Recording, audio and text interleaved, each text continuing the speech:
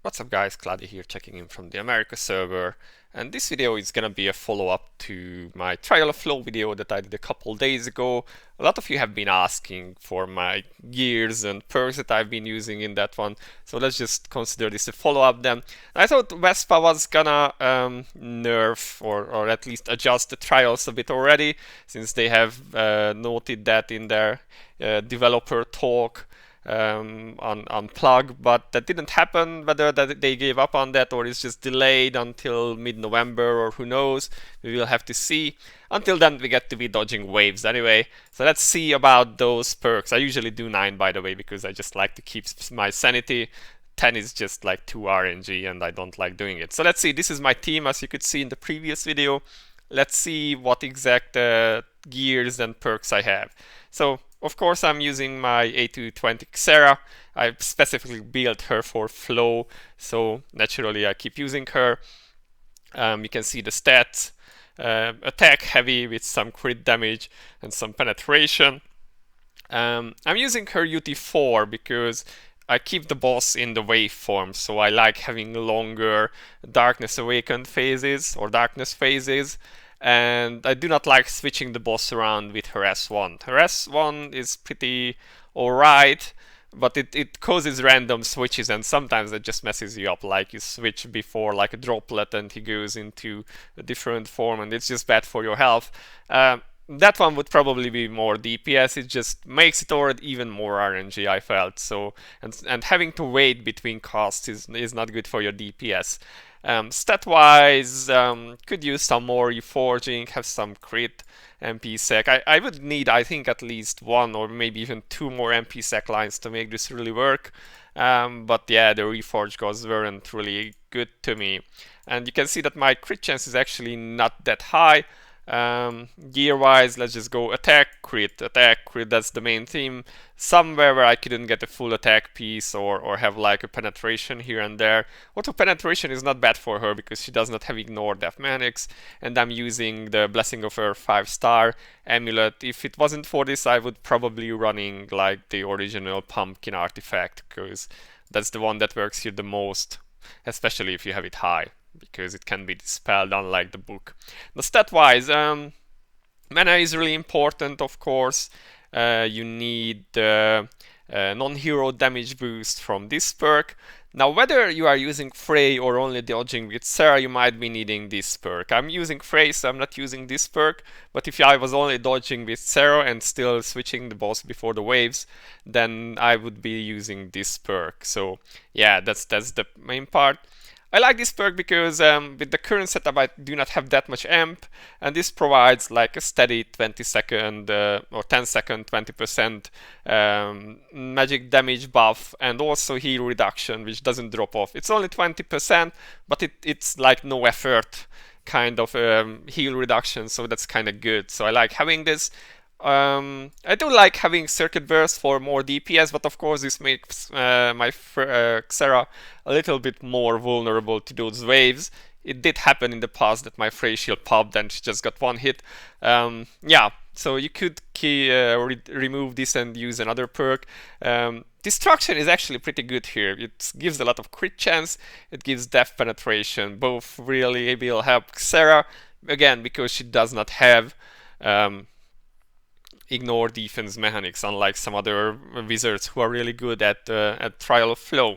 And I use the light perk, which also gives some crit chance. Actually, this way with 1 priest buff, I'm like 10% short from being kept, so it might be worth to get this one, actually get more pen, get more crit chance, because I already have quite a bit of attack. So that's Xerah, guys. Let's move on. Let's see. Of course, the other very important character is my Frey. You can see she's A1 plus 20 with a lot of attack and some defensive stats, not too much. Let's see what her gear looks like.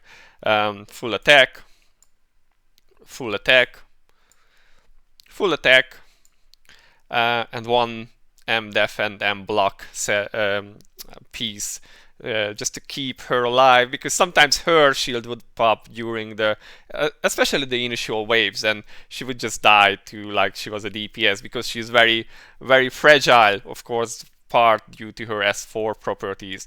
Orbs of contract, sorry, that really helps her survive. I could use like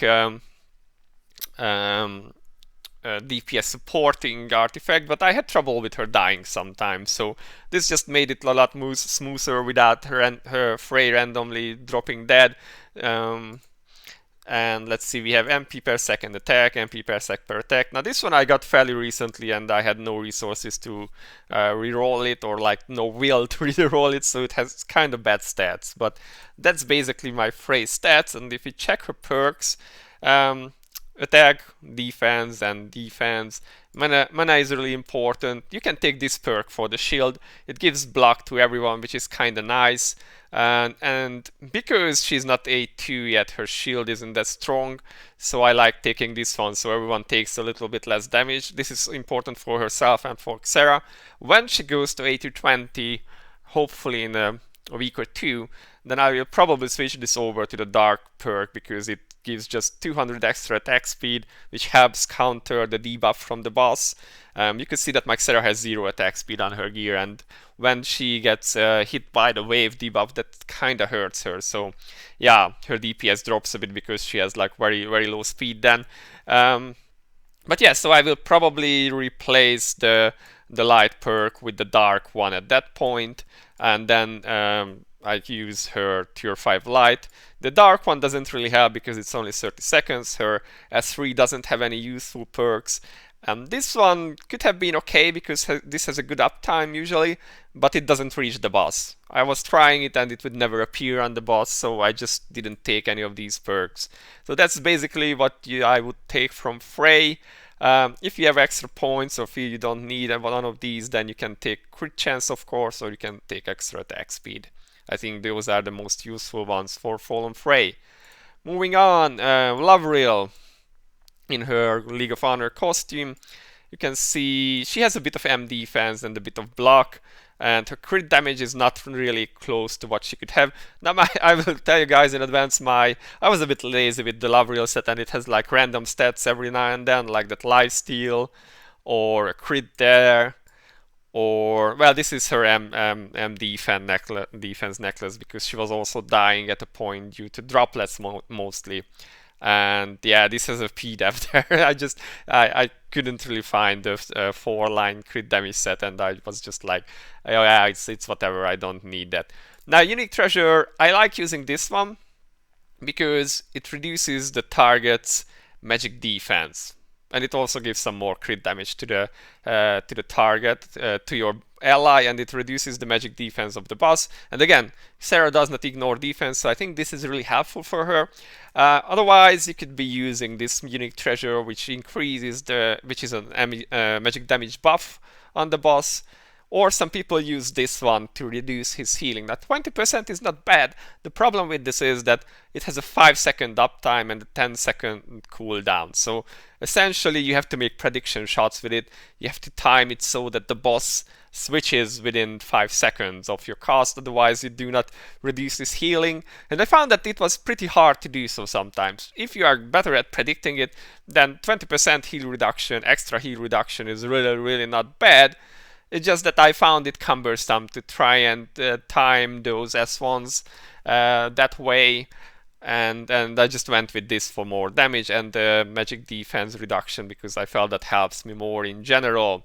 Yeah, stat-wise, she has some. Again, reforging was not kind to me. I think I would still need, like, instead of MP attack, I would need like more MP sec, at least one more line. But yeah, this is what RNG gods gave me. And of course, she's using my crown. I have a 5-star crown, so that helps. Perks wise, of course, this is the most important one because it stops your DPS from dying from the droplets. She needs mana. This also helps with giving a bit more depth penetration. And this one is also nice. I think this one is actually dispellable, but it stacks up fairly high from the dot especially, so it's not too bad to have. And then this one is a bit of amp, which you can use. I take this one, and this way whenever I cast S1 when I'm nuking, so that's extra amp on the boss. I think it's better than to try and time those heal reductions, unless you are like really godlike at predicting when he will be switching on his own. So yeah, this is why I'm taking this perk. Also, this is my highest UT for her, and before I also had issues. Before Fallen Frey, I had issues with her dying, so that's the reason. And finally, God's sake, let's find Rehartna. Well, oh, that's where she is. So finally, Rehartna, sorry. Her gear is a bit all over because I started adding some TM gear for testing. Let's see her stats. She has 159k magic defense, 980 M block, and of course this is when somebody has to message me on what is it, Discord, well, whatever, you will be in my video now because I'm not editing out, lol.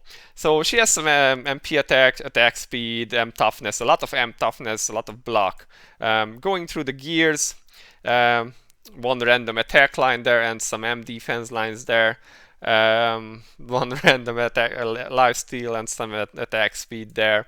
And these are not reforged yet, really. Increases defense by 45%. I kind of wanted to check this. Honestly, I should probably start this up just to get more defense on her. But yeah, kind of been hoping to get something better and was holding my resources. The same, I should probably reforge this just to get rid of that PDEF line. But so this is not optimal. I'm just kind of testing how this looks like. It does work a little bit better than my previous set.